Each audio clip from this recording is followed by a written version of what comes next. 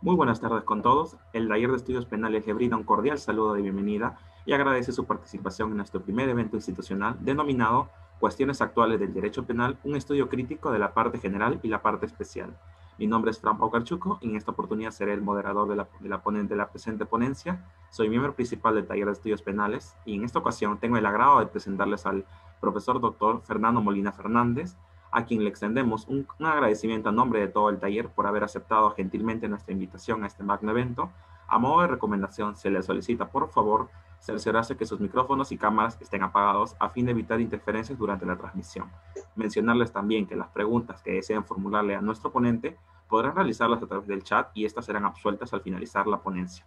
Del mismo modo, los que nos están visualizando por medio de Facebook pueden dejarle los comentarios. Ya para empezar con la disertación, realizaré una breve presentación de nuestro ponente, quien es licenciado en Derecho por la Universidad de Oviedo, doctor en Derecho por la Universidad Autónoma de Madrid, becario del Servicio Alemán de Intercambios Académicos en el Instituto de Criminología y Derecho Penal Económico en el Albert Lubitz University de Friburgo en Brisgovia. Es director académico de la maestría y especialidad en Derecho Penal y Derecho Procesal Penal de la Universidad Autónoma Gabriel René Moreno de Santa Cruz de la Sierra en Bolivia. Asimismo, es catedrático de Derecho Penal en la Universidad Autónoma de Madrid. Sin mayores preámbulos, se le dará paso al doctor Fernando Molina Fernández, quien en esta oportunidad disertará el tema la tentativa irreversible y el desistimiento impropio. Adelante, doctor. Bien, pues buenas tardes a todo el mundo. Desde acá, desde Madrid, quiero en primer lugar agradecer al Taller de Estudios Penales por esta invitación y a la Universidad de San Marcos, donde se sitúa el mentado taller. Es un placer poder compartir con todos ustedes algunas inquietudes en relación con un tema que ha dado lugar a bastante debate, sobre todo en Alemania, también en parte, en buena medida, en España, y que enlaza con un problema general, que es el problema del comportamiento postdelictivo. Uno de los temas seguramente muy trabajado, por supuesto, pero yo creo que más insuficientemente desarrollado, sobre todo en lo que se refiere a cuestiones que tienen que ver no tanto con el desistimiento propiamente de la tentativa, de la que voy a hablar, como de actos posteriores. Bueno, voy a intentar esbozar un poquito cómo es el estado de la cuestión, cuál es la situación de debate partiendo de una serie de casos. Voy a intentar que sea la exposición lo más entretenida posible, partiendo de una serie de casos. Y les voy a someter, pues, por ello a una serie de preguntas relacionadas con el caso. Así que, pues sí me gustaría que tomaran papel y bolígrafo, si puede ser, y anotaran un poquito las respuestas a los casos que les voy a plantear, de manera que luego podamos, sobre la base de ellos, pues, a lo mejor plantear el debate de una manera más adecuada. Mediante unos casos les voy a intentar mostrar por qué las soluciones que se dan a un problema importante de la teoría del delito, las soluciones que se dan actualmente en la doctrina en Alemania y también en España y en otros países, no son completamente adecuadas. Hay varias teorías y alguna de ellas, incluso la mayoritaria, es inadecuada, como veremos, y voy a tratar de mostrar con estos ejemplos por qué están mal y qué es lo que está mal y cómo podríamos resolverlo. Así que ya sin más preámbulos voy a compartir un documento, un PowerPoint.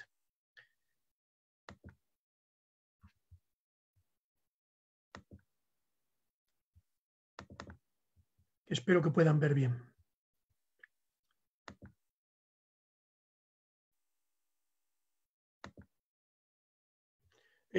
Espero que lo estén viendo bien.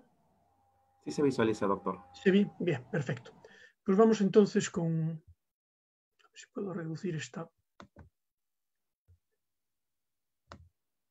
Bueno, como ven, el tema es tentativa irreversible y desistimiento impropio. Vamos a comenzar, como les decía, con un caso, el caso base, el caso de partida, es el que da lugar a debate inicialmente, y vamos a ver las soluciones posibles para el caso. Aquí se lo planteo de una manera muy sencilla. A quiere matar a B y utiliza para ello una pistola que tiene distintas balas, tiene un cargador. Se esconde para esperarlo y cuando pasa a B lo apunta el arma y dispara, pero no le da. En ese momento recapacita sobre lo que ha hecho y voluntariamente desiste de volver a disparar. Es un caso en el cual el sujeto ya ha disparado, no es que antes de disparar desista de disparar, sino que ya ha disparado y lo que hace es desistir de volver a disparar. Creo que es muy importante fijarse en ese detalle porque si el caso no fuera ese, si el caso fuera sencillamente A va a disparar sobre B y antes de apretar el gatillo desiste de hacerlo y se da la vuelta y se marcha, nadie, siempre que el comportamiento sea voluntario, nadie discute que aquí nos encontramos ante un desistimiento que, como veremos, está regulado en el artículo 18 del Código Penal del Perú y en otros países pues, en términos muy similares, y que, el artículo 17, y que bueno, provoca, no, perdón, 18 es el del desistimiento, y que provoca pues, la impunidad del sujeto. Pero en este caso, la clave, lo que hace este supuesto base más interesante, es que aquí el sujeto ya ha disparado, por tanto, ya se había podido producir la muerte y, sin embargo, pues el sujeto lo único que hace es no volver a disparar.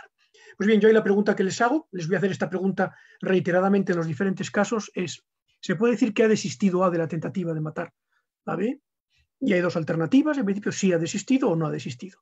Bueno, pues me gustaría que tomaran unos segundos para pensar, si no lo han pensado ya, imagino que en algún caso conocerán el tema, lo habrán discutido a lo mejor incluso en clase, tendrán ya posiblemente una respuesta formada sobre él. Si no, pues me gustaría que tomaran esa respuesta y que me dijeran si en ese caso el sujeto ha desistido de la tentativa o no. Bueno, si les hago la pregunta es porque la cuestión es polémica. Probablemente no se trata de una cuestión clara, así como en el caso que veíamos antes, el sujeto que todavía no ha disparado y que decide no apretar el gatillo es un caso claro. Este es un caso muy debatido. Bien, pues si ya han tomado ya tienen su decisión, se encontrarán con que unos habrán seguramente optado porque sí, ha desistido, hay por tanto un desistimiento y el sujeto es impune, y otros habrán dicho no, ya no era posible desistir en este caso porque el disparo se había producido. Pues bien, las dos opciones tienen reflejo en posiciones doctrinales. Cuando nos planteamos hasta qué momento puede desistirse, la solución de la perspectiva global entiende que hace una valoración global del intento que abarca las distintas acciones independientes que se dirigen al mismo fin. En este caso, todas las acciones posibles que se dirigen al hecho de matar quedarían englobados dentro de un único intento. Por eso se llama teoría de la consideración o de la perspectiva global. En este caso base, si aceptamos la solución de la perspectiva global, la tentativa estaría válidamente desistida. ¿Por qué? Porque en una consideración global, todos los disparos que el sujeto iba a hacer, todas las acciones con las que podía en principio matar a esa persona, pertenecen a una única tentativa de la que se puede desistir, como el sujeto, como se demuestra por el hecho de que el sujeto pues, ha dejado de disparar en la siguiente ocasión. Bien, esta es, ya les advierto para los que hayan optado por esta primera opción, les advierto que esta es la opción mayoritaria en la doctrina alemana. También seguramente en la española, aunque el tema se ha discutido menos. Pero es la perspectiva claramente mayoritaria. Pero un sector importante de la doctrina, con muy cualificados defensores, por ejemplo, modernamente, pues quizás Jacobs es el que más se ha caracterizado por defender esta tesis, pero hay otros, es una tesis que también tiene importantes seguidores, siguen la llamada solución del acto individual. En España, por ejemplo, pues Gimbernat la mantuvo en su momento, no con esa denominación, pero sí tiene un artículo en el cual claramente se inclina por la solución del acto individual. Como ven, dos grandísimos penalistas, un alemán, un español, que siguen la teoría minoritaria. Esta solución, la del acto individual, lo que dice es que en este caso habría que hacer una valoración individual de cada acto.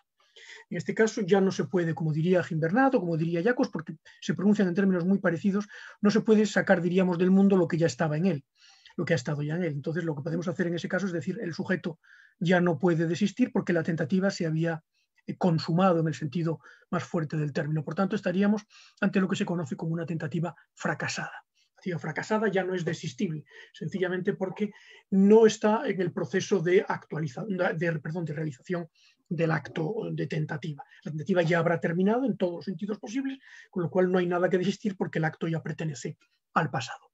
Esta es la tesis segunda. Bueno, imagino que si ustedes han tomado posición por la teoría de la perspectiva global o del acto individual, pues les habrá parecido además que la tesis contraria pues, plantea problemas irresolubles. Esto es lo que hace tan fascinante este caso. Este caso es muy sencillo, y el caso base, lo voy a poner aquí, es verdaderamente sencillo, y sin embargo la tesis a la que llegan una buena parte de la doctrina, como han visto, las tesis son dos y son diametralmente opuestas. En la primera, teoría de la perspectiva global, el sujeto no respondería de nada. En la segunda, el sujeto tendría una pena de una tentativa de homicidio o de asesinato, que es una pena bien alta. Como ven, hay una diferencia brutal en cuanto a la calificación jurídica y bueno, es algo extraño. No suele haber una discrepancia tan grave en un caso tan sencillo de formulación, tan sencillo de expresar. Bueno, ¿cuál es el problema que tienen estas teorías? Bueno, pues vamos a ver qué es lo que nos dice el Código Penal del Perú, el Código Penal español sobre esta cuestión. Bueno, pues tanto el Código Penal del Perú como el Código Penal español no dicen nada sobre este tema. Hablan en términos genéricos, conocemos bien la regulación, en la tentativa, dice el Código Penal del Perú, el artículo 16, la tentativa, la gente comienza la ejecución de un delito sin consumarlo. Por tanto, no hay consumación. Aquí no se dice nada del desistimiento, pero que se dice después. En el Código Penal español, el artículo es el mismo, el artículo 16 también, y la regulación, como ven, es bastante parecida. La tentativa cuando el sujeto da principio a la ejecución del delito. Lo único es que aquí, en el Código Penal español, directamente en la definición, se hace referencia al desistimiento, aunque luego hay un artículo también dedicado, hay un apartado también dedicado a ello. Se dice practicando todos o parte de los actos que objetivamente debería producir el resultado y sin embargo este no se produce por causas independientes de la voluntad del autor, con lo cual ya se está dando entrada en la propia definición de tentativa al desistimiento. La cuestión no tiene mayor importancia porque en el Código Penal del Perú, además de la tentativa impune, caso de tentativa inidónea, que esto daría lugar a otra charla bien interesante, pero que no voy a entrar ahora en ello, el artículo 18 hace referencia al desistimiento y distingue entre desistimiento voluntario y arrepentimiento activo, como hace en general la doctrina siempre, distinguiendo ambas cosas, un desistimiento que consiste en no proseguir y un desistimiento que consiste en evitar activamente lo que ya se había hecho, y dice pues, que si la gente desiste voluntariamente de proseguir los actos de ejecución o impide que se busque el resultado, es penado solo cuando los actos practicados constituyen por sí otros delitos. Bien, el Código Penal español dice algo muy, muy parecido. Quedará exento de responsabilidad penal por el delito intentado quien evite voluntariamente la consumación del delito, bien desistiendo de la ejecución, bien impidiendo la producción del resultado, sin perjuicio de la responsabilidad en que pudiera haber incurrido por los actos ejecutados si fueron ya constitutivos de otro delito. Como ven, la regulación es prácticamente idéntica en España y en el Perú. La única diferencia estaría en la tentativa impune, la inidónea, que en España no está expresamente mencionado, como aquí sí que hay una referencia en el artículo 16 a que los hechos deberían objetivamente producir el resultado, pero la jurisprudencia y la doctrina lo han interpretado de una forma distinta que en el Perú. Pero esto no es objeto de la charla de hoy, así que lo dejaremos para otro momento. El desistimiento es idéntico. También hay en ambos países una regulación del desistimiento en la codelincuencia, cuando intervienen varios agentes, y también la regulación es muy parecida. Si intervienen varios, no se castiga a aquel que voluntariamente impida el resultado o el que se esfuerza por hacerlo, aunque los otros prosigan la ejecución. En España, el artículo 16.3 dice algo parecido: si intervienen varios sujetos, quedan exentos de responsabilidad aquel o aquellos que desistan de la ejecución ya iniciada e impidan o intenten impedir la consumación. Bueno, es una regulación, insisto, verdaderamente muy, muy parecida, así que bueno, tenemos realmente pues, la misma respuesta del Código Penal. Al problema que nosotros hemos planteado al principio, al caso cero, la respuesta es ninguna. No dice nada, ni el Código Penal del Perú ni el Código Penal de España sobre este caso. No dice nada. Desistimiento. Dice únicamente si desiste voluntariamente de proseguir los actos de ejecución del delito. La pregunta entonces que habría que hacerse es, en el caso cero, en el caso del que partíamos, aquí, ¿está el sujeto desistiendo de la ejecución del delito? Fíjense, ya con esto empiezo a meterme un poquito en el fondo del asunto, fíjense que si la pregunta es no ha desistido de la tentativa de matar a B, sino si preguntamos ¿ha desistido de matar a B? La respuesta es obvia, sí, ha desistido de matar a B. Podía hacerlo y no lo ha hecho. Por lo tanto, eso no lo discute nadie. Y conviene no confundir las cuestiones. Una cuestión es desistir de la intención de realizarlo y otra cosa es desistir de un delito, de una tentativa de una tentativa de delito. Son dos cosas distintas, aunque creo que la confusión entre ambos planos está a veces detrás de una de las dos posiciones, concretamente de la teoría de la consideración global. Aquí si la pregunta fuera ¿ha desistido A de matar a B? La pregunta es sí, ha desistido de matar a B si no quiere matarlo en el futuro. Pero si la pregunta es ¿ha desistido de la tentativa? La cuestión es completamente distinta o puede ser completamente distinta, a lo mejor no. La teoría de la consideración global dice que no, que sigue siendo la misma pregunta y que la cuestión, por tanto, se puede responder igual. La de la posición individual dice que son distintas. Bueno, en este momento vamos entonces a entrar en las objeciones. Tenemos las dos teorías, la solución de la perspectiva global y la solución del acto individual. La teoría de la solución global tiene distintas formulaciones, porque claro, la pregunta es, si se habla de una consideración global, tenemos de alguna manera que saber cómo realizamos la agrupación entre las diferentes acciones que se pueda realizar para conseguir el resultado. Por tanto, ¿qué tipo de comportamientos deben unirse? ¿Qué criterios deben utilizarse para unir los distintos comportamientos dentro de una única perspectiva global, una única consideración global? Eso es absolutamente fundamental. Y aquí hay básicamente dos grandes teorías que se han seguido. La primera es la del plan del autor. Dice, bueno, que lo que hay que hacer es atender al plan del autor. Ya les digo que esta teoría ha sido prácticamente abandonada en Alemania. Y lo ha sido porque dicen, con razón, hay varios argumentos, pero hay dos que han sido extraordinariamente fuertes, sobre todo hay uno que ha sido muy fuerte, y es que, de alguna manera, si se sigue la teoría del plan del autor, se estaría premiando a aquel autor que tiene una energía criminal mayor y que, por tanto, ha previsto distintas posibilidades de acción. O sea, aquel sujeto que en su plan original estaba, por ejemplo, matar con un disparo o con varios, y si, por ejemplo, alternativamente también, si no conseguía con el disparo, pues matar con un cuchillo, etcétera, y después de haber disparado desiste de utilizar el cuchillo, conforme a la teoría del plan del autor, ya habría desistido. Mientras que si en su plan original no estaba el cuchillo, pero se lo encuentra de repente y renuncia a ello, ya no podría renunciar, ya no podría desistir de ese acto porque no estaría en el plan original. Precisamente para evitar este inconveniente, la teoría mayoritaria actualmente en Alemania es la que se conoce como horizonte de desistimiento. ¿Qué significa esto? Pues que se atiende no tanto a una perspectiva ex ante en el sentido de qué plan, diríamos, tenía el autor en cuanto a la ejecución del delito, sino a la situación con la que se encuentra una vez que ha comenzado a realizar sus intentos. Entonces, si el horizonte de desistimiento lo que examinaría es, en el momento en que el sujeto ha realizado una conducta, por ejemplo, ese primer disparo del caso 0, si en ese momento, ¿qué horizonte se le plantea para consumar el delito? Si en ese momento aparecen, por la razón que sea, aunque no estuvieran en su plan inicial, aparecen otras alternativas y desiste de ellas, habría desistimiento voluntario. Eso es lo que dice la teoría del horizonte de desistimiento.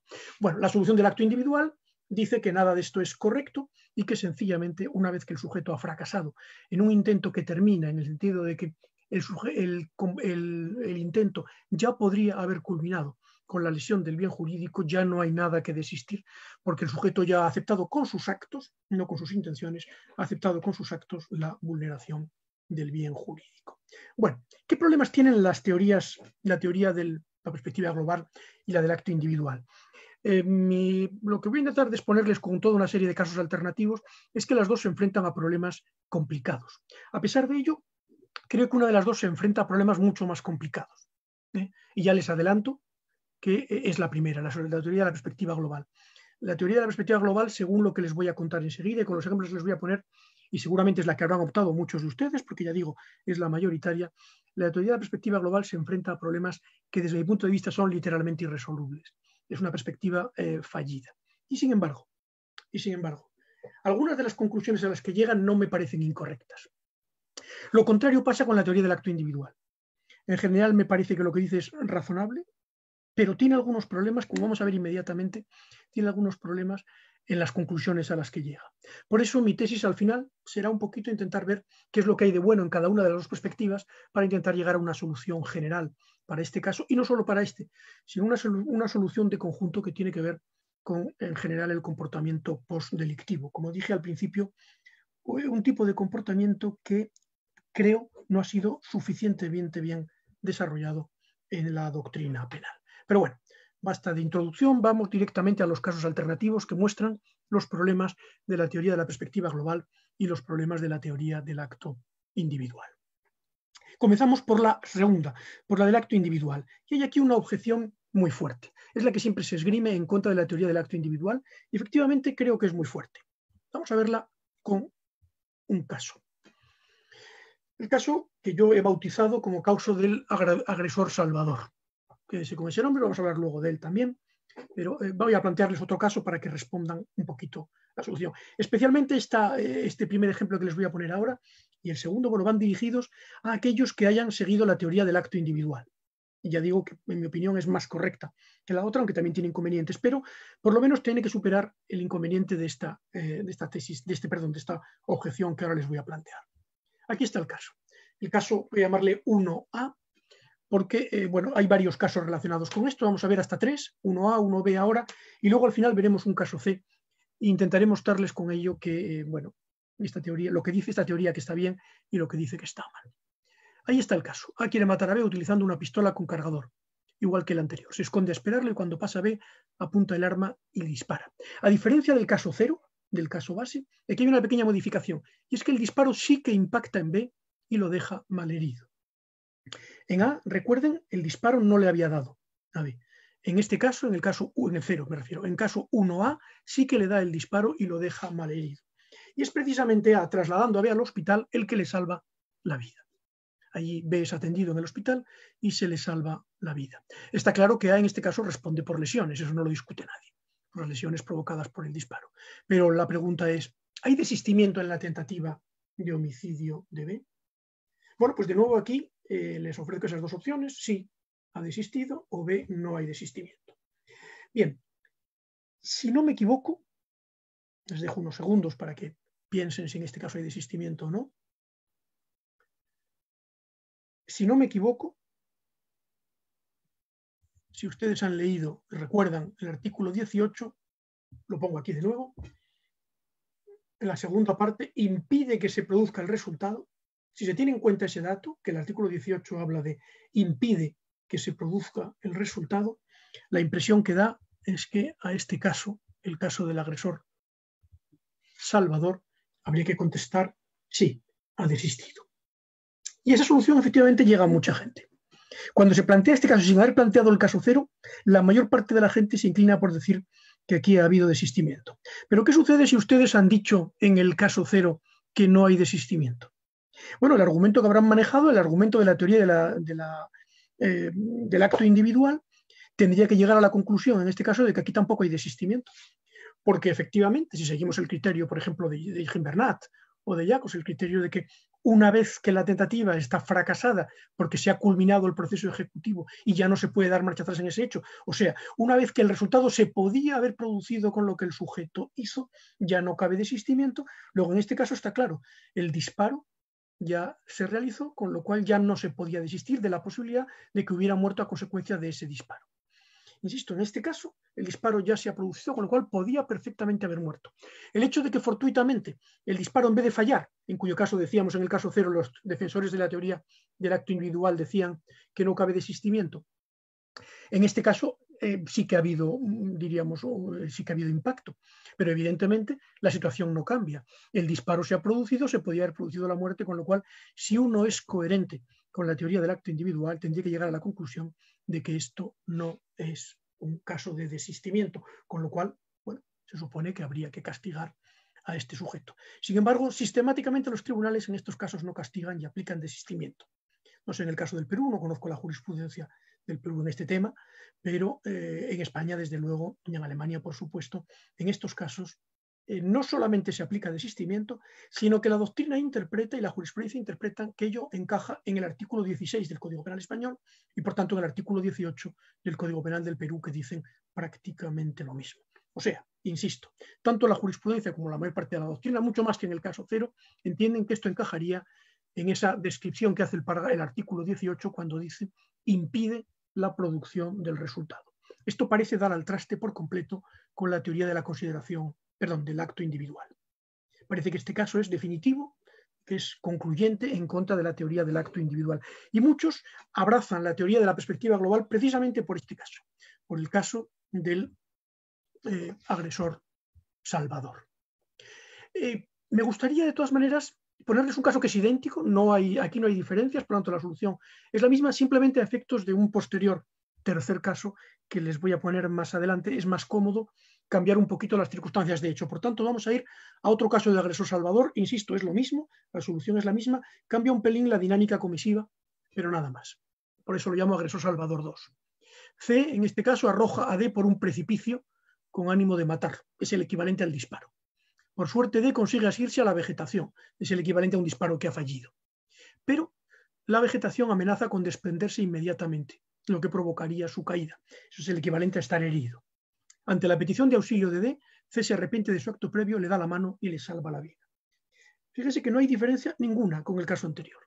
solamente que donde antes era un disparo, aquí es arrojar por un precipicio. Donde antes era llevar al hospital, aquí es tirar de él, de la mano y sacarlo del precipicio. Pero es idéntico, con lo cual la misma solución que dimos en el caso anterior debemos darla en este caso. Simplemente les planteo el caso, como les digo, porque luego veremos un caso C de agresor salvador un poco peculiar, que a mí me parece que muestra ese caso que les voy a contar después, un argumento fortísimo, aunque este es diríamos, este caso es un caso en contra de la teoría del acto individual, creo que el caso tercero que les voy a poner muestra perfectamente por qué se equivoca la teoría de la perspectiva global y por qué también en parte se equivoca la teoría del acto individual. Bueno, vamos a dejarlo para después y vamos a pasar a otros supuestos.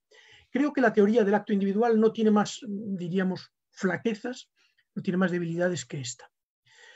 Mientras que la teoría de la perspectiva global, que muchos de ustedes habrán acogido, tiene problemas verdaderamente más graves. Se han planteado, por lo menos en la doctrina, dos. Uno sobre todo, que es el segundo, es el que más se ha discutido.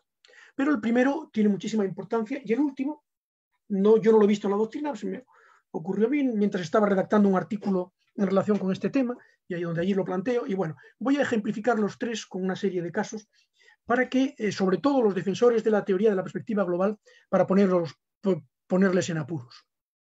Quienes hayan seguido la teoría del acto individual, aquí no van a tener ningún problema. En todos los casos que vamos a ver a continuación, la respuesta de la teoría del acto individual es sencillísima. Es la misma que hemos dado antes. Insisto, la teoría del acto individual solo tiene problemas con el caso del agresor salvador que hace un momento poníamos. Con los casos que vamos a poner ahora no tienen ningún problema, pero si no me equivoco, sí que tiene muchos problemas y muy graves la teoría de la perspectiva global.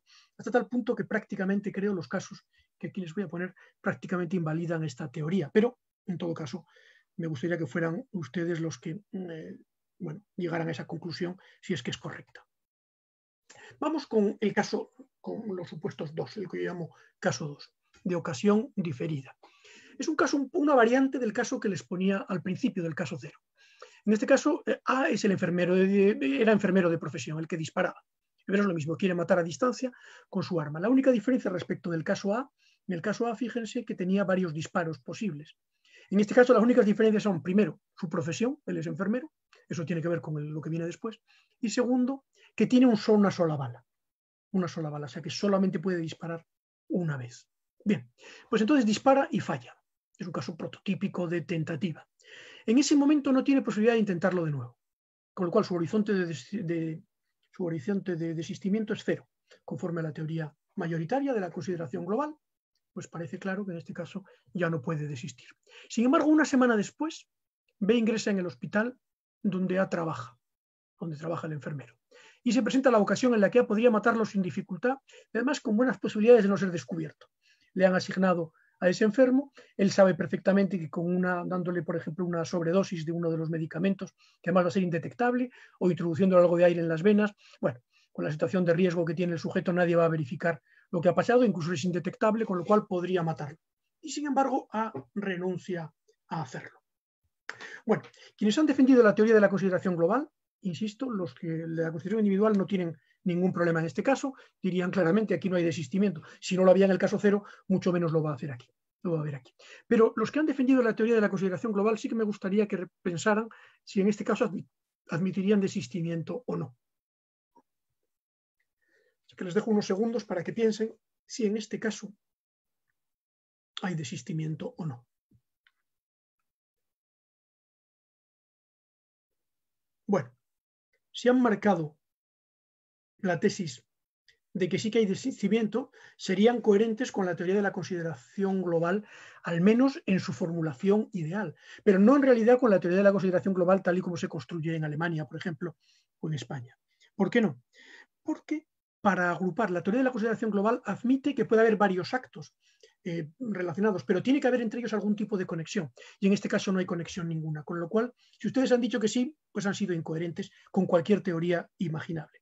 En realidad están manteniendo una tesis que resultaría por lo menos extraña, y es la idea de que una tentativa que ha fallado queda siempre abierta, porque fíjense que el sujeto siempre en el futuro podría encontrarse con otra situación en la cual pudiera, diríamos, desistir del hecho.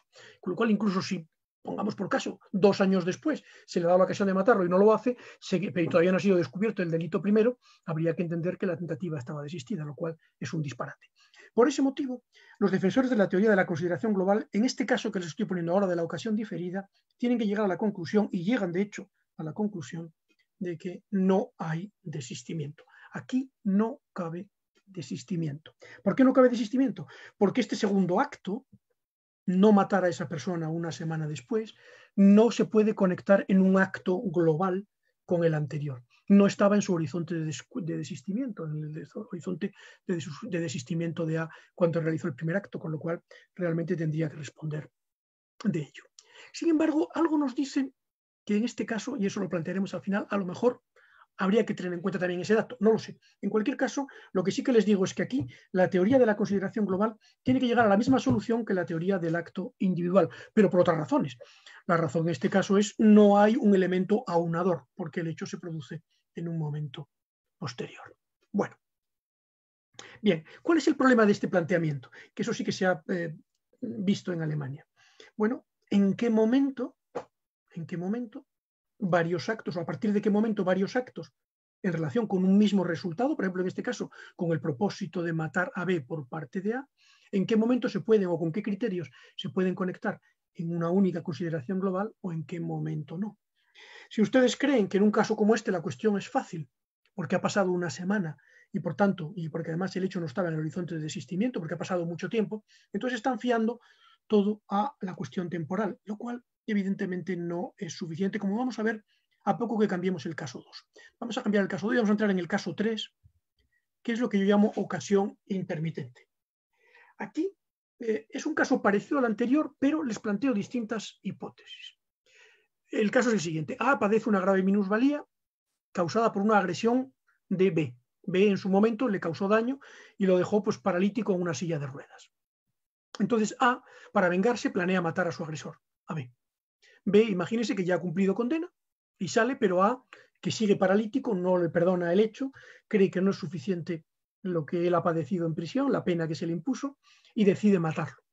Entonces, bueno, como sabe, él está, pues como en la película de Alfred Hitchcock, de La ventana indiscreta, él está en una ventana con su silla de ruedas en su casa, tiene un rifle con mira telescópica y podría disparar sobre A cuando pase, sobre B cuando pase por delante de la casa. Pues bien, imagínense que tiene las siguientes opciones. Imagínense que B pasa, porque es repartidor, va con su bicicleta de reparto, de globo, de lo que sea, pasa cada 2 minutos, entre 9 y 9:30 de la mañana. Ese día, él sabe, pero lo ha visto otras semanas, que todos los lunes, cada 2 minutos pasa, hace un pase por la razón que sea, porque entra y sale del edificio, lo que sea. O bien pasa cada hora, 3 veces al día, un día concreto. O bien una vez al día, de lunes a viernes, todas las semanas. O bien una vez todos los lunes, o bien una vez en día laboral de cada mes, o bien una vez al año, solo la víspera de Navidad. Fíjense que aquí tenemos diferentes casos. La cuestión es, para ustedes, defensores de la teoría de la consideración global, ¿ha desistido A? Sí, imagínense que, bueno, que en todos esos casos desiste de disparar. O sea, en este caso ha disparado una primera vez. Bueno, es que la verdad es que eso no lo he puesto, con lo cual el caso parece raro. Se me olvidó poner realmente cómo seguía el caso. Él quiere matarlo en esa tesitura, dispara una primera vez y falla. Estamos igual que en el caso 0. Dispara una primera vez y falla. Pero luego desiste de disparar en las siguientes veces. En el caso A, 2 minutos después. En el caso B, pues unas horas después. En el caso C, al día siguiente. En el caso C, la semana siguiente. En el caso E, al mes siguiente. Y en el caso A, al año siguiente. Fíjense que la situación es idéntica. El sujeto tiene la ocasión de matar a B, solo que en un caso la ocasión se le presenta inmediatamente después, en otro caso unas horas después, en otro caso un día después, en otro una semana, en otro un mes y en otro un año. Les he puesto 6 casos para que vean diferentes alternativas. Pues bien, de nuevo les pido que en este caso determinen si ha desistido o si no hay desistimiento. Si siguen la teoría de la consideración, del acto individual, entenderán que no, igualmente, ya les digo, aquí no hay ninguna diferencia en los 6 casos, pero si entienden que sí, que en este caso sí que hay desistimiento, tienen que decirme si hay desistimiento en A, en B, en C, en D, en E o en F. Bueno, ya les advierto que a partir por lo menos de C, el caso no es muy distinto, o sea, tanto C como D como E como F no es muy distinto del caso 2 que les ponía antes. Si volvemos al caso de la ocasión diferida, el que se encuentra una semana después con esto, la única diferencia es que en este caso él puede saber de antemano ese dato, pero a lo mejor no, a lo mejor también lo conoce después, con lo cual la situación es idéntica. La pregunta es, bueno, aquí la teoría de la consideración global llega a la conclusión, lo habíamos visto en el caso 2, que por lo menos en C, que es al día siguiente, en D, que es una semana después, en E, que es un mes después, o en F, que es un año después, no habría desistimiento, sería absurdo en el primer caso. Con lo cual, pues si no hay desistimiento, aquí la teoría de la consideración global tiene que llegar a la conclusión de que se le castiga. Sin embargo, ¿qué diría en el caso de A y B? Posiblemente defienda, no le va a quedar otra solución. Si ha seguido, si ha dado la solución que ha dado al caso 0, que en esos casos estaba en su horizonte de desistimiento, volver a disparar, con lo cual si no lo ha hecho, pues evidentemente no tendría responsabilidad porque habría desistimiento. La pregunta es, ¿en qué momento de separación temporal entre los intentos desaparece, diríamos, la responsabilidad o desaparece la posibilidad de desistimiento? Pues fíjense, los autores que defienden la consideración global pasan completamente de puntillas por encima de este problema que sin embargo es esencial. Pero por ejemplo Roxin, que sigue la teoría de la consideración global, pues recuerda en su manual cómo la jurisprudencia alemana utiliza en general el criterio de que si ha pasado un día ya no cabe unidad. Pero claro, la idea de un día es completamente arbitraria. Es decir, ¿por qué si es al día siguiente el nuevo intento cambia la cosa que si es el mismo día pero 23 horas después? No hay forma de encontrar un fundamento para ello. Quiero decir, puede haber, evidentemente, cuanto más tiempo pasa entre los intentos, más difícil es entender que ha habido algo significativo en el segundo momento que anule de alguna manera el desvalor del primero. Pero lo que no cabe duda es que es imposible encontrar un criterio que permita justificar que, por ejemplo, a las 23 horas y 50, hasta las 23 horas y 59 minutos de la noche del día en que has realizado el primer intento puedas desistir, pero que un segundo después ya no puedas desistir porque el nuevo intento ya sería un día después. Eso no tiene ningún sentido. Esto es un problema clásico típico de paradoja de Sorites que yo he tratado en relación con otra cuestión, la relación entre dolo y imprudencia, que lo he contado además también ahí en el Perú, en alguna universidad. Y bueno, realmente no tiene ninguna solución. Con lo cual, en este caso, la teoría de la consideración global se enfrenta a un problema prácticamente irresoluble o directamente irresoluble. Bien, fíjense también si se dice, bueno, atendamos en el caso anterior al horizonte de desistimiento, atendamos en este caso a esa idea del horizonte de desistimiento. Les planteo otro caso hipotético para que vean que la teoría del horizonte de desistimiento tampoco sirve para esto. Fíjense en el siguiente caso, el caso 4A.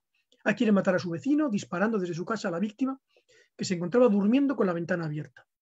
A dispone solo de una pistola con una bala y dispara pero falla. Pero en ese mismo momento se da cuenta de que en su bolsillo había una segunda bala y renuncia voluntariamente a utilizarla. Bueno, ¿qué dirían ustedes aquí, defensores de la teoría de la consideración global, qué dirían de este caso?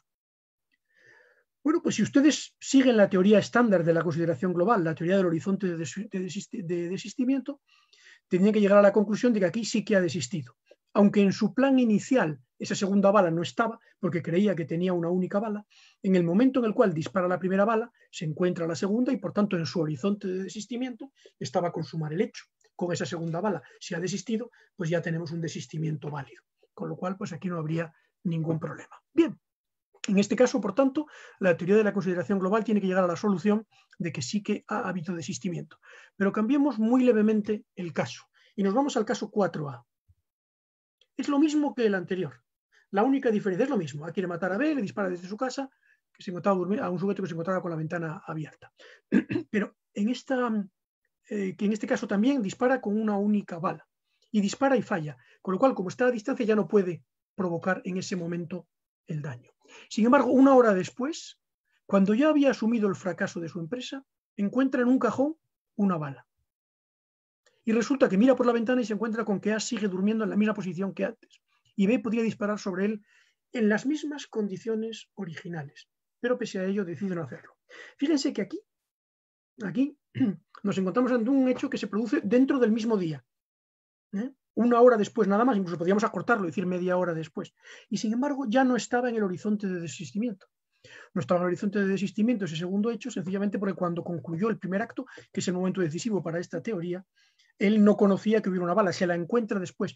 Aparece una ocasión posterior. Fíjense que la única diferencia con el caso del enfermero que antes poníamos es sencillamente que el enfermero se encuentra con la ocasión de matarlo en el hospital una semana después, mientras aquí el sujeto se encuentra con la ocasión de matarlo con otra bala media hora después. Y si en vez de una bala fuera otro sistema, fuera otro procedimiento, pudiera, por ejemplo, yo qué sé, a distancia inyectarle un veneno, si pudiera hacerlo, porque tiene una pértiga para ello, para que cambie la fuente de riesgo, tampoco cambiaría la cosa.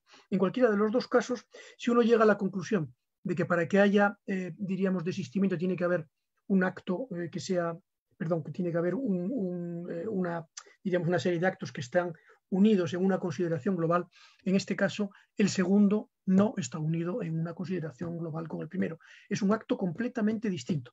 La única diferencia con el caso del enfermero es que aquí pasa menos tiempo. Pero insisto, la teoría de la consideración global tendría que llegar a la solución de que aquí no hay desistimiento porque no está en el horizonte de desistimiento del autor y por tanto castigar. A pesar de que entre el caso 4b y el caso 4a no hay diferencia material alguna. Fíjense. De nuevo, volvemos al caso 4A. En el caso 4A, la teoría de la consideración global estándar dice que sí, que ha habido desistimiento. Y en un caso prácticamente idéntico, con una diferencia de 30 minutos que hemos visto además que para la teoría es irrelevante. Prácticamente idéntico. El sujeto en el primero tiene una bala e inmediatamente tiene otra bala. En el segundo tiene una bala y después tiene otra bala. Bueno, pues poco después. Pues tiene que llegar a soluciones diametralmente opuestas, lo cual muestra que no, que diríamos que su solución también es mala en este caso. Mayores problemas se enfrenta a la teoría de la consideración global, y esto ha sido destacado por los propios defensores de esta cuando se habla del dolo eventual. Aquí verdaderamente el fracaso de la teoría es mayúsculo.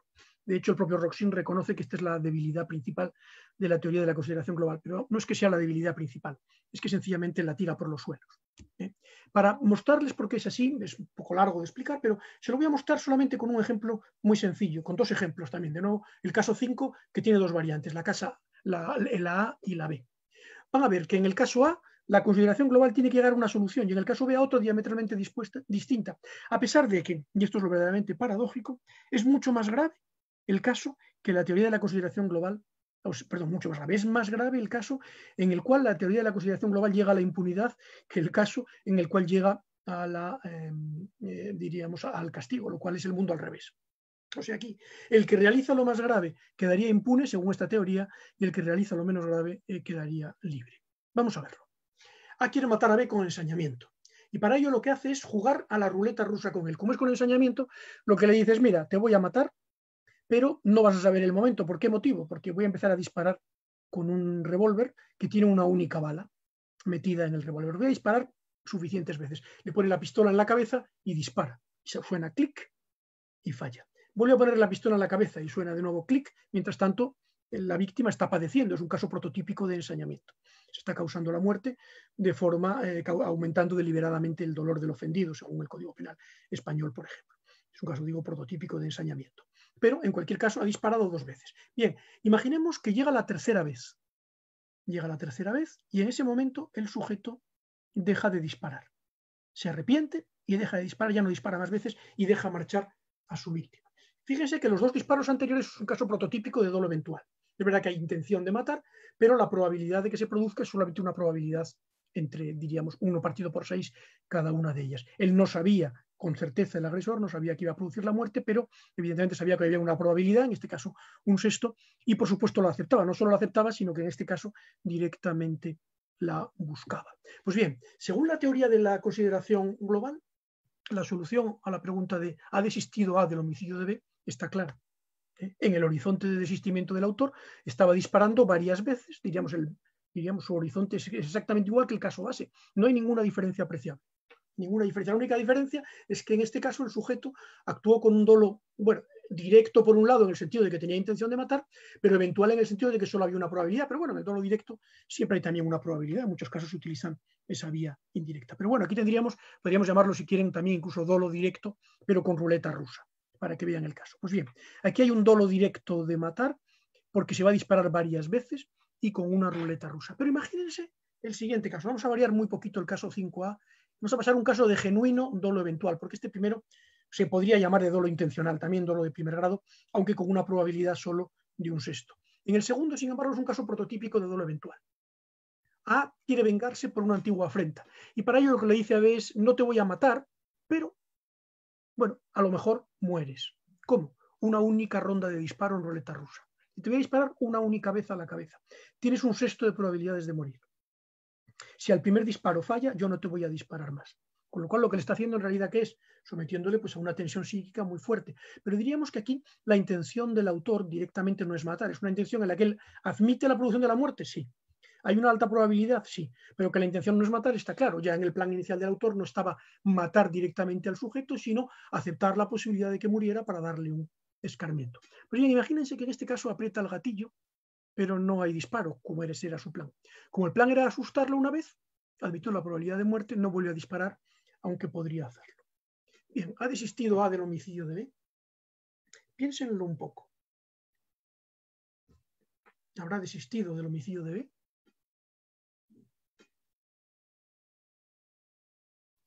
Si ustedes, como en el caso 5A, en este caso 5A, dicen que sí, y la teoría de la consideración global tiene que llegar a la conclusión de que en este caso es que sí, porque no se distingue en nada relevante del caso 0, si dicen que sí, en este caso, en el caso 5A, es difícil entender cómo en el caso 5B podrían decir otra cosa. Y sin embargo, ¿qué es lo que dice la teoría de la consideración global en este tema? Bueno, que como es un dolo eventual, aquí en realidad en el horizonte de desistimiento del sujeto no estaba a realizar ese acto, el cual no puede desistir porque su intención no era provocarle la muerte, lo cual llegan a la conclusión de que aquí, en este caso, no hay desistimiento y le hacen responder por el dolo eventual.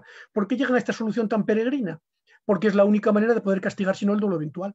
En realidad, en todos los casos de dolo eventual se suele plantear esta situación, siempre que un sujeto realiza un acto colateral que tiene efectos colaterales posibles y lo acepta, pero no se produce el resultado, si el sujeto no tenía intención de provocar ese resultado, sino únicamente otro resultado, que es al que se asuma, al que se asocia el comportamiento colateral, indudablemente una vez que ha alcanzado el primer acto, por ejemplo, dar el escarmiento en este caso, ya no tendría ningún interés en el segundo, con lo cual la teoría mayoritaria de la consideración global lo que dice es que en estos casos ya no se puede desistir porque no estaba en su criterio, pero claro, esto es completamente absurdo. Como muy claramente se ha destacado, lleva a la conclusión de que el caso 5A es bastante más grave porque hay dolo intencional, porque el sujeto incluso ha disparado 2 veces.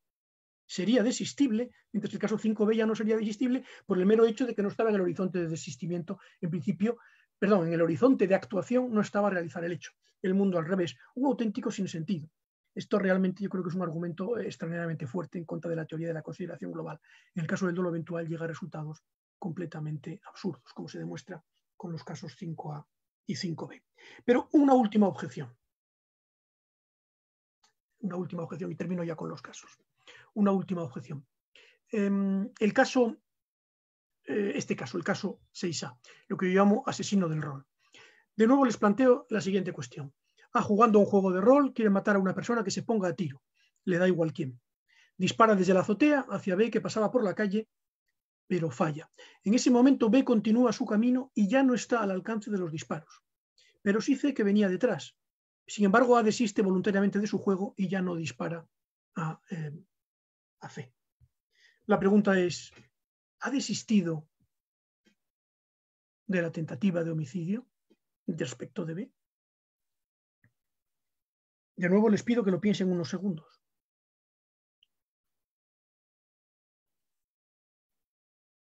No he encontrado, diríamos, la respuesta de la solución global para esto por escrito, pero mi impresión es que dirían que no, que aquí no cabe desistimiento. ¿Por qué motivo? Bueno, porque respecto de B ya no es posible desistir, en el sentido de que ya está fuera de la vista, con lo cual ya no se puede desistir. Pero fíjense, porque la cuestión es importante. Fíjense que en este caso la intención del autor no era matar a B, sino que matar a cualquiera. En su plan original, en su horizonte también de desistimiento, el plan consistía no, a diferencia del otro caso, que alternativamente puedes matar al mismo A en el primer disparo o en el segundo, aquí en realidad se trata de 2 sujetos alternativamente, con lo cual puedes matar al sujeto A o al sujeto B. Tu intención abarca cualquiera de los dos. Es un caso de dolo alternativo. Entonces la pregunta es, ¿ha desistido del hecho? Claramente ha desistido de su intención. Él podía continuar con el juego del rol, no puede. Si uno dice, sin embargo, en este caso ya no puede desistir porque haya sido puesto en peligro, etcétera, piénsese que en todos los demás casos que hemos visto hasta ahora y que en la teoría de la consideración global, desde el caso 0 a los demás, dice que sí que hay desistimiento, tendría que llegar a la misma solución. Ya no puede desistir de aquello porque ya ha disparado. Lo que quiero mostrarles con este ejemplo del rol es que la teoría del acto individual enfrenta este caso también de una manera muchísimo más fácil. Dice, mire, de B ya no se puede desistir porque en realidad B ya se le había disparado, con lo cual ya no hay nada que hacer. En el caso del otro sujeto, pues la cuestión es distinta. Pero fíjense, si tienen algunas dudas y dicen aquí, bueno, hay una diferencia porque C ya no está a la vista, pues nada, sencillamente por fastidiarles un poquito, les voy a cambiar un poco el caso 6A. Y vamos al caso 6B. De nuevo asesino del rol, pero con una pequeña modificación. De nuevo, para los que crean que a pesar de ello pueden seguir manteniendo la teoría de la consideración global. Es el mismo, pero cambiado un poco, fíjense. Jugando el juego de rol, quiere matar a una persona que se ponga a tiro, le da igual quién. Hasta ahora todo igual. Dispara hacia B, que pasaba por la calle y falla. En ese momento aparece en escena C. Y aquí está la diferencia. Aunque B sigue en el campo de tiro, ha decidido disparar esta vez a C, al que mata disparando su última bala. Bien, que responde de la muerte de C no tiene ninguna duda. Pero la pregunta que les hago es, ¿ha desistido del homicidio de B? Al que podría haber matado alternativamente, en vez de matar a C, podría haber matado a B. Fíjese que aquí ya no se puede utilizar el subterfugio, la salida que algunos de ustedes seguro que han buscado, de decir, no, es que en el caso anterior, en el caso 6A, realmente ya no tenía a B a tiro. Aquí sí que lo tiene. Por tanto, ha desistido de eso. Estoy casi seguro de que los defensores de la teoría de la consideración global dirían que en este caso no ha desistido y castigarían. Pero ¿cómo justificarlo una vez que se ha dicho todo lo que se ha dicho en relación con que todo se puede considerar como parte de un plan global? En este caso, estaba claro, su plan global abrazaba la posibilidad de matar a B en el primer disparo o en el segundo, y seguía estando a juego, con lo cual ha desistido de realizar eso. Es verdad que ha desistido para realizar otra cosa, pero eso no afecta en nada. Eso lo tendremos en cuenta para la responsabilidad en relación con la muerte de C, pero en relación con la muerte de B parece que tenía que haber desistimiento. Sin embargo, parece claro que aquí no lo hay. Bueno, ¿cómo responder a este problema que les he planteado? Esta es la parte final de la exposición, que espero contarles muy rápidamente y dejar de todas maneras los pormenores para el debate. Quería sobre todo que vieran los casos, que vieran los problemas que plantean y que viéramos ahora muy brevemente cuál es la solución posible. Yo creo que la solución parte de dos cosas. Primero, de revisar las modalidades de tentativa, dando entrada a lo que yo he llamado en un trabajo tentativa reversible, tentativa irreversible. La distinción es una distinción que me parece mucho más sólida que la distinción habitual, que es, yo creo que equívoca y no está bien formulada, entre acabada e inacabada. Es verdad que se solapan bastante, o sea, tentativa reversible se parece en muchos casos a la inacabada y la reversible a veces a la acabada, pero no siempre. Y creo que eso es confuso. Y segundo, y es la parte más importante, revisión de lo que sería el comportamiento postdelictivo, dando entrada a lo que yo en ese trabajo he denominado desistimiento impropio frente al desistimiento.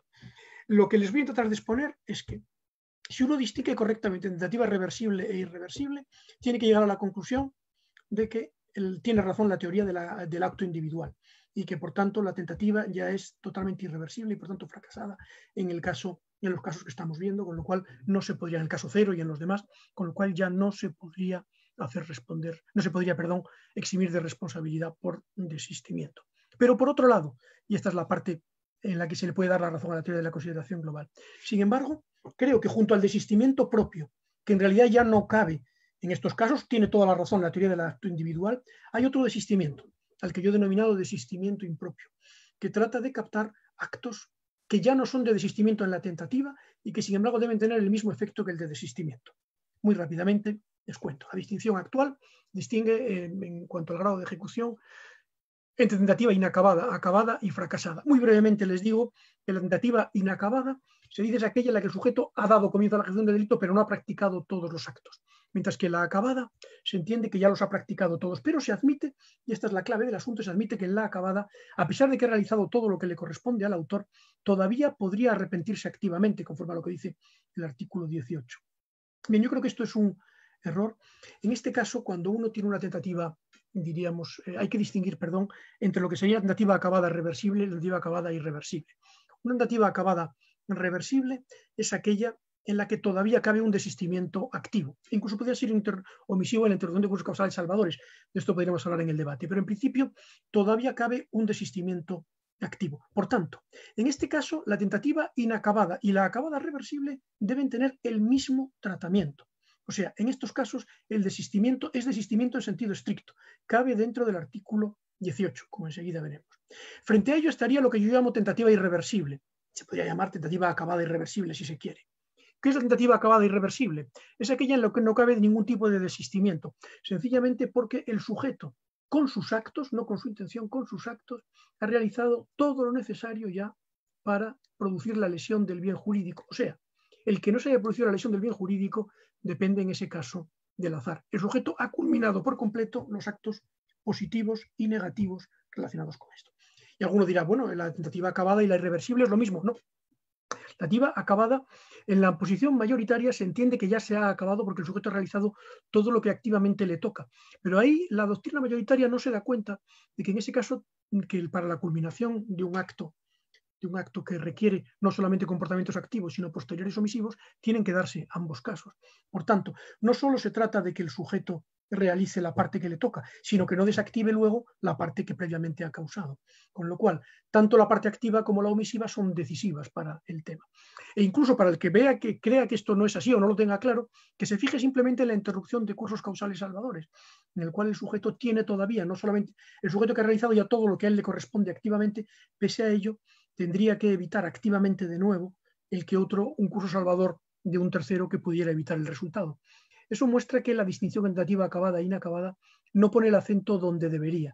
El acento debe situarse en donde, precisamente en el momento en el cual el sujeto pierde por completo el control del hecho. Y ese momento en el cual el sujeto pierde el control del hecho por acción y por omisión, lo pierde por completo, en ese momento ya es cuando ya no se puede desistir, con lo cual ahí no habría un desistimiento. Por tanto, ¿qué sería el desistimiento propio? El desistimiento del artículo 18 en principio. Sería lo que se llama el desistimiento del proceso ejecutivo, o sea, aquel caso que se excluye la responsabilidad penal por el delito intentado. Y luego, ¿qué es el desistimiento por el delito intentado? Porque el sujeto no ha culminado todos los actos, activos e, insisto, omisivos. Esa es la diferencia con el planteamiento tradicional. ¿Qué es el desistimiento impropio?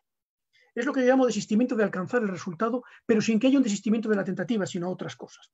¿Encajaría en el artículo 18? Vamos a verlo muy rápidamente. ¿Qué es el desistimiento impropio? Bueno, el desistimiento impropio abarcaría varias cosas. Primero, lo que yo llamo desistimiento impropio omisivo, o sea, desistir por hechos concluyentes de nuevos intentos. Sería el caso cero. En el caso cero, el sujeto desiste de nuevos intentos por hechos concluyentes. Ya no puede desistir de la tentativa porque ha terminado, pero sin embargo desiste de nuevos intentos. Y luego el comportamiento activo, que sería impedir activamente el resultado neutralizando una situación de peligro. Y aquí tenemos dos opciones. Primero, que haya sido causada por la propia tentativa previa, sería lo que yo llamo desistimiento impropio, recogido en el propio artículo 18 o en el 16 español, o derivada de un peligro ajeno. O sea, bueno, tanto cuando se actúa como una posición de garante, como cuando no hay un deber de actuar, el caso del agresor samaritano. Y aquí para que vean, y ya termino, para que vean el problema del agresor samaritano y del agresor salvador, vamos a volver al caso que planteaba problemas a la teoría del acto individual. El caso del agresor salvador. Recuerden, disparaba y lo dejaba malherido, lo llevaba al hospital y le salvaba la vida. Pero vamos a fijarnos sobre todo en el segundo, en el caso 1b. Les decía que era un caso igual, el caso del precipicio. Imagínense el siguiente caso. Vean, el caso 1b. Consigue asirse a la vegetación, pero el sujeto al que uno ha arrojado por el barranco, diríamos, pero bueno, en ese caso podría morir porque va a acabar cayendo, pero al final C, que era el que lo había arrojado, se arrepiente del acto previo, le da la mano y le salva la vida. Esto decíamos, la teoría de la consideración global entiende, se dice correctamente que no debe quedar exento de pena, pero dice que hay un desistimiento propio. La teoría del acto individual dice que aquí ya no cabe desistimiento. ¿Quién acierta? Pues yo les diría, acierta la teoría del acto individual en que no cabe desistimiento, pero acierta la teoría de la consideración global en que no debe castigarse el hecho. ¿Por qué razón? Porque hay un desistimiento impropio. Y les pongo un ejemplo que creo que lo muestra de una manera que, en mi opinión, es irrefutable. Basta con cambiar un poquito el caso del agresor salvador, y con esto termino, con el caso del agresor samaritano. Fíjense en este caso. Es una pequeña diferencia respecto al del agresor salvador. A quiere matar a B, y de nuevo que casualmente se encontraba al borde de un acantilado, y dispara sobre él a distancia con la única bala que tiene, pero falla. B ni siquiera es consciente del hecho porque es sordo. Unos segundos después, al moverse para tener una mejor vista, B resbala y cae por el acantilado, pero consigue asirse a un arbusto que no soportará mucho tiempo su peso. Pide socorro y B decide salvarle la vida y lo alza a terreno seguro, pese a que la maniobra era peligrosa también para él. Para B. La pregunta es, ¿ha desistido de la tentativa de homicidio? Piénsenlo un poco, porque es un caso que va a tener mucha importancia para el debate posterior si me hacen preguntas. Insisto, fíjense que a diferencia del caso anterior, aquí no ha sido el que disparó, el sujeto que luego salva, no ha sido el que le ha puesto en la situación de peligro. Hay una diferencia entre el primer acto, el disparo, y el segundo, salvarle de un peligro que ha sido provocado por una situación completamente ajena a él, como es que sencillamente el sujeto resbalara y se cayera. Bien, creo que aquí ninguna teoría, como la de la consideración global, puede entender que hay desistimiento en la tentativa. ¿Por qué motivo? Porque no hay ninguna forma en el lenguaje ordinario de entender que aquí se está desistiendo de la tentativa que el sujeto ha buscado. Es un acto completamente distinto. Lo que hace es salvar la vida al sujeto en una situación que no tiene nada que ver con la que él provocó. Sencillamente él provocó un riesgo disparando y sencillamente el otro luego tuvo otro riesgo distinto y es que se cayó por el acantilado. A pesar de ello, aunque aquí no cabe desistimiento en ningún sentido posible del artículo 18, habría que eximir de pena al sujeto. Mi tesis es que absolutamente sí, que no hay ninguna diferencia entre este caso, en el cual la teoría de la consideración global no puede llegar a la conclusión de que haya desistimiento, y este. ¿Por qué motivo, sin embargo, en mi opinión, en ambos casos debe eximirse de pena? Bueno, porque en ambos casos hay lo que yo llamo desistimiento impropio. El desistimiento impropio tiene que ver con la reparación, de esto si quieren lo hablamos después, pero diríamos, habría esas tres modalidades de comportamiento en relación con el comportamiento postdelictivo. El desistimiento propio, que puede ser activo o omisivo, que se daría respecto de lo que todavía es una tentativa definida conforme a lo que dice la teoría de la teoría del acto individual. En segundo lugar, el desistimiento impropio, que abarcaría, tanto conductas, a ver dónde lo tengo esto, bueno, aquí directamente, el desistimiento impropio, que abarcaría las conductas como las del agresor samaritano, las conductas como la del agresor salvador que hemos visto, e incluso las conductas parecidas, las conductas como las del caso cero, o sea, conductas en las cuales el sujeto, mediante actos posteriores, de alguna manera deshace el mal que previamente había causado, diríamos, en la colectividad. Y por último, habría una modalidad que ya no encajaría ni siquiera en los términos más amplios, bajo la expresión compensación ulterior, que, bueno, quiero ejemplificarla con un último caso, que sería el caso 1D. Y con esto sí que termino. Esta es la última diapositiva. Léanla, por favor.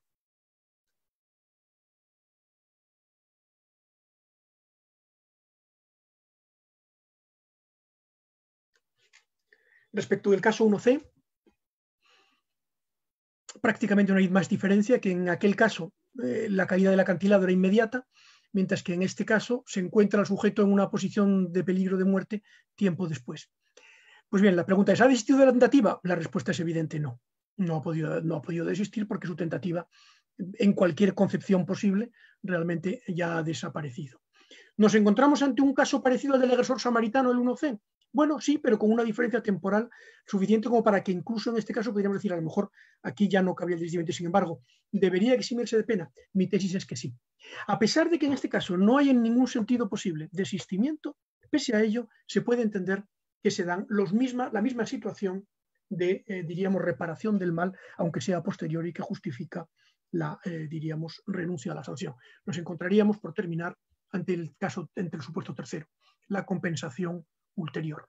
Tendríamos, por tanto, entonces, en el comportamiento postdelictivo, y esto, en fin, hubiera querido desarrollarse un poquito más, pero no me ha dado tiempo, tendríamos casos de desistimiento propio, serían casos en los cuales desaparece el propio desvalor del hecho porque la propia tentativa estaba todavía en marcha y se interrumpe el proceso, puede ser tanto activo como omisivo. Segundo, desistimiento impropio, ya no cabe desistir de la tentativa, pero todavía se puede, diríamos, hacer algo que es equivalente por completo al desistimiento de la tentativa. Eso lo reconoce el artículo 18 en su regulación, y si no, os aplicamos por analogía en los casos en los que no quepa, como el del agresor samaritano en el que no cabe. Y por último, otros casos muy parecidos que serían de compensación ulterior, que sí es suficiente, como en el caso que les ponía al final el sujeto que le, diríamos, hace la donación del riñón a la otra persona, también justificarían la imposición del caso. ¿Y eso tiene que ver con qué? Tiene que ver con que la reparación del mal en los delitos en contra de lo que se cree se puede producir a lo largo del tiempo, incluso después de que el hecho esté materialmente consumado. En fin, lamento no haber podido terminarlo todo. La verdad es que creía que iba a poder terminarlo antes, pero al final ha sido un poco más largo quizás de lo debido en los casos, y entonces pues ahora, si tuvieran dudas, que seguro que sí, pues es el momento para plantearlas en el debate. Muchas gracias. Muchas gracias, doctor, por la interesante disertación que nos ha brindado el día de hoy. Ha sido bastante interesante por el tema de los casos. Varios de los participantes han participado en la resolución, en los comentarios. A continuación pasaremos a leer algunas de las preguntas que nos han dejado los participantes sobre los casos que ha planteado. La primera pregunta es la siguiente. ¿El desistimiento y la tentativa depende de consideraciones subjetivas o en base a los riesgos que la gente puede o no crear? Asimismo, el criterio de la temporalidad resulta completamente irrelevante para los casos que ha planteado y para los casos de consumación y tentativa. Esa es la primera pregunta, doctor. Contesto ya, ¿no? Sí. Bueno, en cuanto a la segunda cuestión, si la cuestión temporal tiene importancia, sí. Yo en el artículo planteo, bueno, diríamos, la cuestión temporal tiene alguna importancia. Es indudable que es más fácil calificar de desistimiento, y yo creo que en eso se basa la teoría de la consideración global. Los casos en los cuales, diríamos, lo que el sujeto deshace en su comportamiento posterior es muy inmediato, porque en ese caso el significado, diríamos, el significado contrafáctico del segundo acto, el no volver a disparar, es tan evidente, tan obvio, que resulta claro que de alguna manera está deshaciendo el mal causado por la actuación previa. Cuanto más pasa el tiempo, más difícil es considerar que se ha deshecho el mal. Por eso en esos casos yo propongo también en algunos supuestos sencillamente una atenuación de la pena. En España, no sé en el caso del Perú, la verdad que eso no lo he visto, pero en el caso de España sí que es posible a través de una atenuante específica de comportamiento postdelictivo, que supone atenuar el daño del delito, ¿no? O sea, reparar en parte, aunque sea en parte, el daño del delito. Yo creo que eso es posible y en ese caso se puede reparar. Pero mi tesis es que se podría llegar a reparar por completo, dependiendo de cómo sea la reparación. Por ejemplo, en el caso que les ponía al final, el caso el caso del agresor samaritano que dona el órgano. Yo creo que ahí es un caso en el cual cualquiera podría decir que el acto contrafáctico posterior de donar un órgano a aquel que quisiste matar deshace por completo el mal causado por la primera tentativa. Con lo cual yo diría que ahí, aunque no hay desistimiento de la tentativa porque ya no se puede desistir de la tentativa, sí que hay un comportamiento postdelictivo que equivale por completo al desistimiento, o sea, que anula por completo el desvalor que pudiera quedar residual de la tentativa. Con lo cual yo diría que eso tiene importancia. Pero en general sí que es cierto que el tiempo va haciendo que cada vez sea más difícil admitir que el comportamiento previo, diríamos, de no realizar actos posteriores de daño, pues cada vez tiene evidentemente menos trascendencia contrafáctica. Pero pese a ello puede llegar a tenerla. Y en los ejemplos que les he puesto creo que es bastante obvio que puede llegar a tenerlo. Y en cuanto a lo primero, perdón, la primera pregunta era si la tentativa, no, si el desistimiento se basa en cuestiones subjetivas. ¿Me la puede repetir, por favor? Sí, la primera pregunta es si el desistimiento y la tentativa depende más de consideraciones subjetivas o en base a los riesgos que la gente puede crear. Tengo que entender que es cuestiones subjetivas. ¿De cuál depende más? Bueno, es una cuestión, no me he metido en ello porque este es el otro tema importante del desistimiento, es la cuestión de la voluntariedad, ¿no? La cuestión de, por ejemplo, si el desistimiento tiene que ver con una actuación moral, ética, diríamos, de vuelta a la legalidad, en el sentido de que el sujeto acepta la legalidad y se arrepiente, diríamos, del hecho. Esa estaría en la base de la concepción moral del desistimiento, que los tribunales han seguido durante mucho tiempo.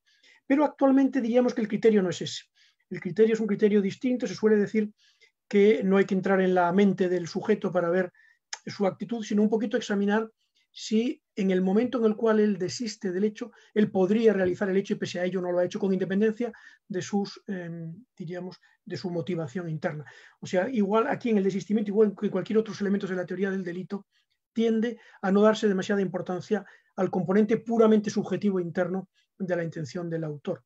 O sea, a mirar las intenciones, los motivos, etcétera, sino únicamente analizarlo desde la perspectiva externa, objetiva, de lo que el sujeto ha hecho. Entonces, bueno, en esa teoría dice si el sujeto pudiendo continuar con sus actos, pese a ello, no lo hace, incluso aunque lo que quiera sea hacerlo en el futuro, en una ocasión mejor, pese a ello, debería de considerarse la tentativa, en este caso desistida, y eso sí, en su momento en el futuro, castigar por el nuevo hecho. Pero sigue habiendo autores que consideran que esto no es correcto y que en la tentativa siempre es necesario que haya una base de arrepentimiento moral, que solamente en ese caso está justificado renunciar a la pena por parte de quien ya ha hecho una tentativa. Yo personalmente creo que la primera tesis es más correcta, pero también creo bueno, hay que introducir alguna matización, pero esto nos desviaría un poquito del objeto de la charla, que era otro, que era examinar la cuestión de cuándo fracasa la tentativa y, por tanto, hasta qué momento se puede desistir. Muchas gracias, doctor, por absolver esa duda. A continuación tenemos una pregunta microabierto de parte de Allen Flores. Le vamos a ceder la palabra. Buenas tardes. ¿Se me escucha? Sí, Allen, Sí, te sí, escuchamos. perfectamente. Sí, ok. Buenas tardes, profesor Fernando. Muchas gracias por la exposición. Verdaderamente muy clara y muy interesante los planteamientos. Sí, yo tenía más bien dos preguntas. En principio, respecto a la pregunta, ¿no? Creo que de fondo, que es ¿cuál es la razón por la cual se castigan las tentativas? Esto quizá de la mano con alguna postura respecto a la cual afirma que en realidad hay un acto de infracción al deber, me parece, y no de antinormatividad, me parece, tal como lo plantean, ¿no? Eso, y por otro lado, quizá plantearle si es que desde su punto de vista o cómo se podría aproximar una solución respecto al caso de la cantimplora, ¿no? Que es un problema un poco un tanto irresoluble quizás, en doctrina planteada también por Hart, me parece. Y claro, no sé bien si es que podría haber ahí una variante, pero quizás plantearlo en los siguientes términos. El hombre que añade veneno a la cantimplora, sin embargo, luego, no sé, al rato cambia la cantimplora por otra, sin embargo, hay un sujeto, un tercero que la otra cantimplora le hizo huecos, ¿no? A la otra cantimplora y finalmente el sujeto fallece en el desierto por falta de agua. No sé si ahí, por ejemplo, podríamos hablar de un desistimiento, aun cuando el acto de cambiar la cantimplora significó que igual se dé el resultado, ¿no? Esas serían las dos consultas, en realidad. Muchas gracias. Hola, Allen, ¿qué tal? ¿Cómo estás? Un gusto saludarte. La primera pregunta, perdóname, pero no la apunté y no estoy seguro de qué es lo que querías preguntarme. La segunda sí, te la contesto rápidamente, pero la primera, dime por favor cuál era la pregunta. Sí, solo se reduce a cuál es el motivo por el cual se castigan las tentativas, ¿no? Desde su punto de vista. Si es que Vale. es un acto de antinormatividad o ya de infracción de deber, por ejemplo, ¿no? Básicamente eso. Bueno, pues empiezo con la primera. ¿Por qué se castiga la tentativa? Bueno, detrás de este trabajo mío, claro, hay por supuesto también una base. O sea, en el fondo la pregunta que tú haces es básica, ¿no? ¿Por qué castigamos la tentativa? Porque para saber por qué no castigamos la tentativa desistida, hay que saber por qué sí castigamos la tentativa no desistida, ¿no? Y yo te diría que en cuanto a la alternativa que tú planteas, no creo que sea relevante si hay un caso de antinormatividad o infracción de deber, porque para mí es lo mismo. O sea, la antinormatividad supone infracción de un deber. Todo comportamiento, las normas imponen deberes, siempre toda norma jurídico-penal impone deberes de hacer o de no hacer, y por tanto el delito es siempre la infracción de un deber. Por eso creo tremendamente equívoco y erróneo hablar de, como habla una parte de la doctrina, de delitos de infracción de deber para referirse solo a algunos delitos. Esto se ha destacado por muchos, ¿no? Pero me parece que es una objeción fuerte para evitar la equivocidad, ¿no? Y es que todos los delitos suponen infracción de deberes, ¿no? Todos, incluso los delitos que tienen que ver con deberes muy generales y de omisión, como la omisión de socorro, supone infringir un deber, el deber de socorro, ¿no? Está claro, o sea que todos los delitos imponen infracción de deber, siempre hay antinormatividad. La pregunta es, bueno, ¿por qué se castigan hechos que no han llegado a la consumación? Esto, bueno, nos llevaría mucho tiempo, Allen, tendríamos que dedicarle otra sesión completa y bastante más larga. Yo es un tema que trabajé bastante en mi libro Antijuridicidad Penal y Sistema del Delito, de todo un capítulo dedicado a ello. Intento analizar por qué. Y yo te diría, bueno, diría en general, que aquí la distinción que yo hago entre tentativa reversible e irreversible adquiere todavía una dimensión más importante. De hecho, yo esa distinción la desarrollé precisamente a raíz en el libro este de Antigüedad y Sistema del Delito. Allí lo planteo algo, lo que pasa es que luego no la llegué a desarrollar más y sí que lo he hecho modernamente en algún trabajo, ¿no? Pero la cuestión clave es la siguiente. Bueno, para que haya para digamos, el castigo de la tentativa, el castigo del delito consumado resulta fácil de justificar y el castigo de la tentativa irreversible también. ¿Por qué motivo? Porque en la tentativa irreversible se ha producido un desvalor de acción absoluto. ¿En qué sentido? Un desvalor de acción no en el sentido subjetivo de la intención del autor, sino en el sentido absoluto de que el autor ha realizado una acción que objetivamente hubiera podido acabar en el resultado. Por tanto, el desvalor de la peligrosidad en ese momento ya es absoluto, cosa que no sucede antes de la tentativa irreversible. En el momento en que tenemos una tentativa inacabada, una tentativa acabada pero reversible, en esos dos casos la peligrosidad no procede de lo que el sujeto ha realizado, sino de lo que el sujeto va a realizar. Por tanto, justificar la punición de la tentativa inacabada o de la tentativa acabada reversible es mucho más complicado que de la tentativa irreversible. En la tentativa irreversible podemos decir, mire usted ha realizado un acto que objetivamente ex ante, conforme al plan que usted seguía, conforme a lo que se ha realizado, conforme al criterio de un hombre medio puesto en su lugar, se dan todos los elementos de la imputación objetiva y luego también de la subjetiva. O sea, se podría haber producido ya la muerte del hecho. Usted ha realizado todo lo que correspondía para que se produjera la lesión del bien jurídico y no se ha producido debido al azar. Luego el desvalor de acción está completo. Cosa que no pasa ni en los actos preparatorios, ni en la tentativa inacabada, ni en la tentativa acabada reversible. ¿Por qué motivo? Porque en todos esos actos, para que el hecho culmine, es necesario que el autor realice lo que le falta u omita, diríamos, la acción salvadora que hubiera impedido el hecho. Con lo cual, en esos casos, justificar la punición es mucho más complicado. Y al final, y esto sé que puede parecer un poco, les puede parecer a lo mejor extraño, pero al final casi no hay otra forma de justificar la punición de todos estos actos que a través de la peligrosidad del autor. De alguna manera lo que se ve, o como se hace en Alemania, a través de la teoría de la impresión, la idea de que estos hechos ya producen una conmoción en la sociedad, conmoción que, por cierto, el desistimiento luego viene a aquietar, a hacer desaparecer por completo, o bien decir que el sujeto era peligroso, pero de nuevo en este caso el desistimiento hace desaparecer la peligrosidad. Por tanto, si se hace un buen análisis de las razones que están detrás de la tentativa, se puede llegar a un buen análisis también de por qué el desistimiento excluye de responsabilidad sin ningún problema en la tentativa que todavía es reversible, o sea, en la tentativa reversible, o sea, en aquellos casos en los cuales el sujeto por acción o por omisión puede no culminar todo lo que a él le corresponde, insisto, activo o omisivo, para realizar el hecho.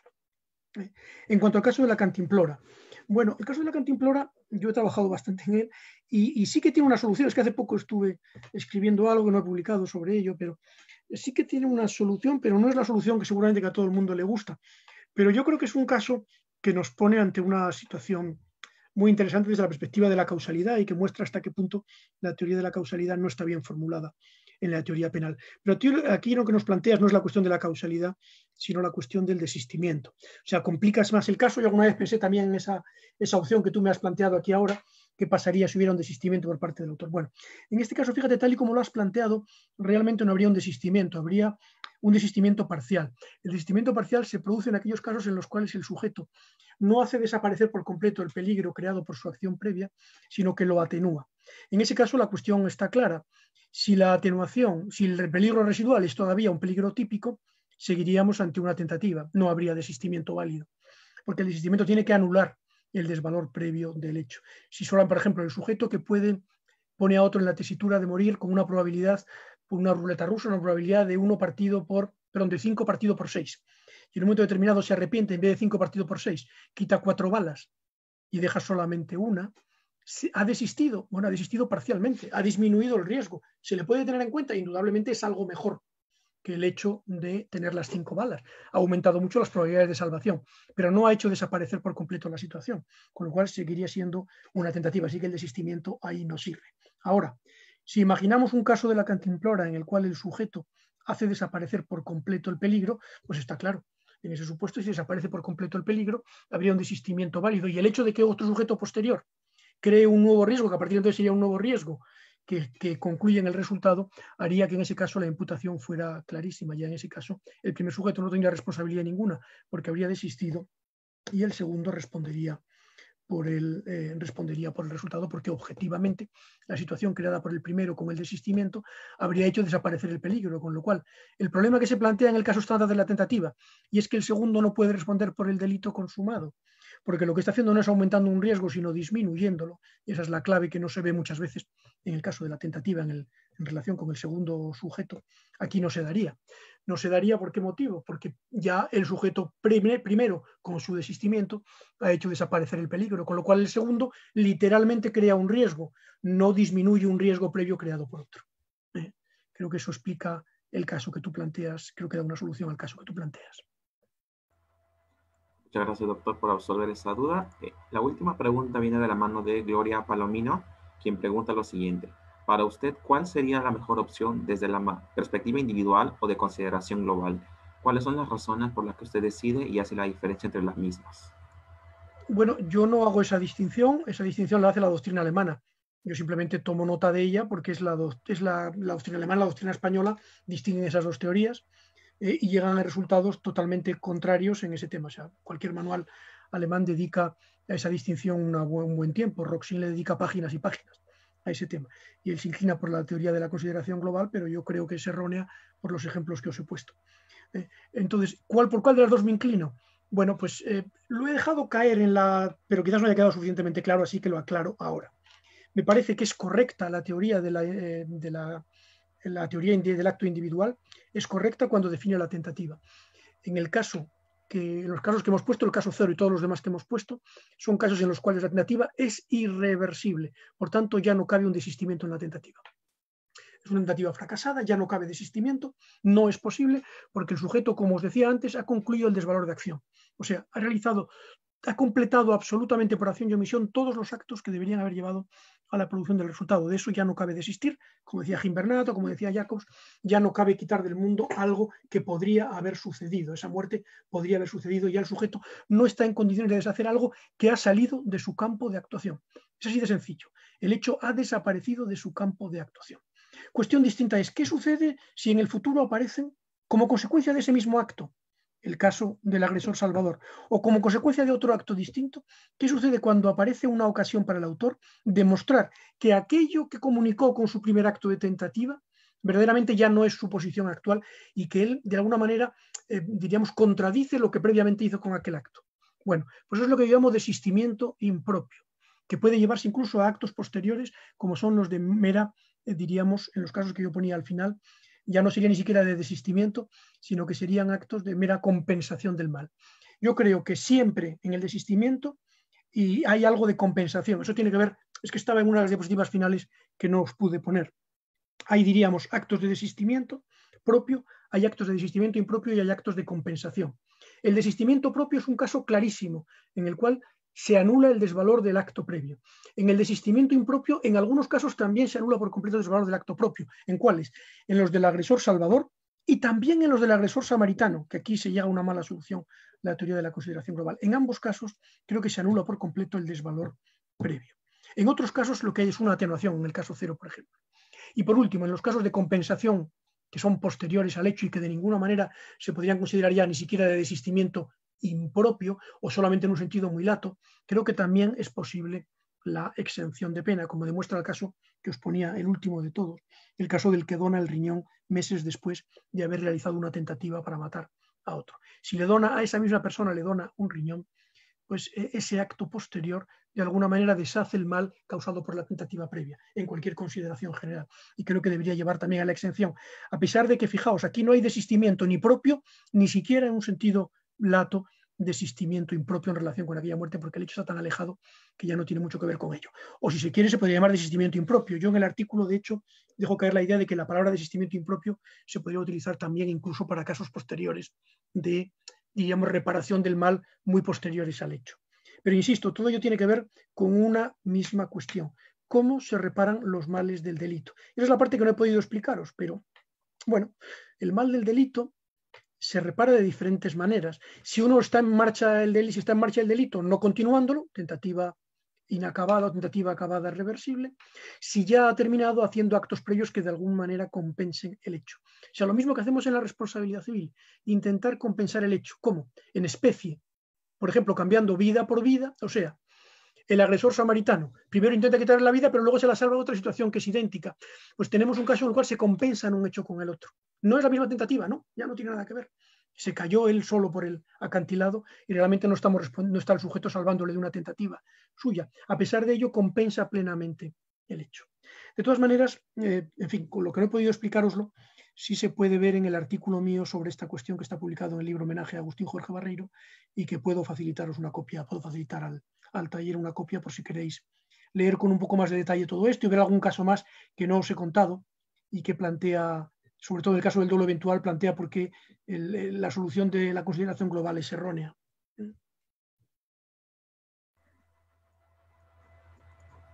Muchas gracias, doctor. Le agradecemos nuevamente por habernos acompañado el día de hoy en lo que viene siendo nuestro primer evento institucional del Taller de Estudios Penales, y le invitamos a continuación para que pueda darnos unas palabras finales a fin de dar por culminada su ponencia. Bueno, pues nada, de nuevo reitero mis agradecimientos al Taller de Estudios Penales de la Universidad de San Marcos por esta oportunidad de, aunque sea en la distancia, volver a Lima. Adoro el Perú, adoro Lima, voy todo lo que puedo y hasta la pandemia iba todos los años desde hace bastantes. Y, en fin, me gusta muchísimo el país, me encanta la ciudad. La verdad que me siento en casa siempre allí. He tenido la ocasión de ir en persona a la Universidad de San Marcos y me sentí también perfectamente recibido, así que es un verdadero placer. Y si además es para un acto organizado por estudiantes que tienen interés en conocer temas de dogmática bastante avanzada, pues entonces mi satisfacción es todavía mucho mayor.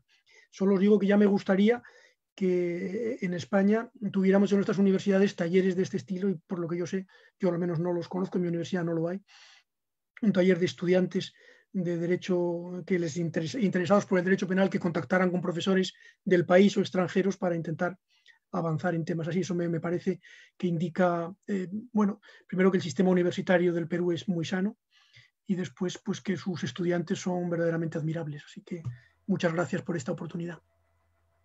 Muchas gracias, doctor, por sus palabras, y realmente esperamos que pueda acompañarnos en una próxima oportunidad, ya sea virtual o presencialmente. De igual manera, agradecemos a cada uno de los participantes por habernos acompañado el día de hoy, y los invitamos a continuación que enciendan sus cámaras para poder tomar una foto de recuerdo con el ponente del día de hoy.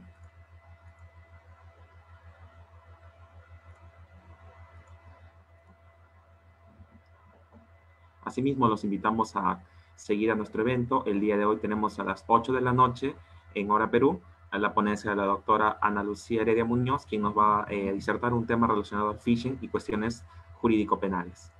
Por favor, enciendan sus cámaras para poder tomar una fotografía. Tenemos unos minutos más.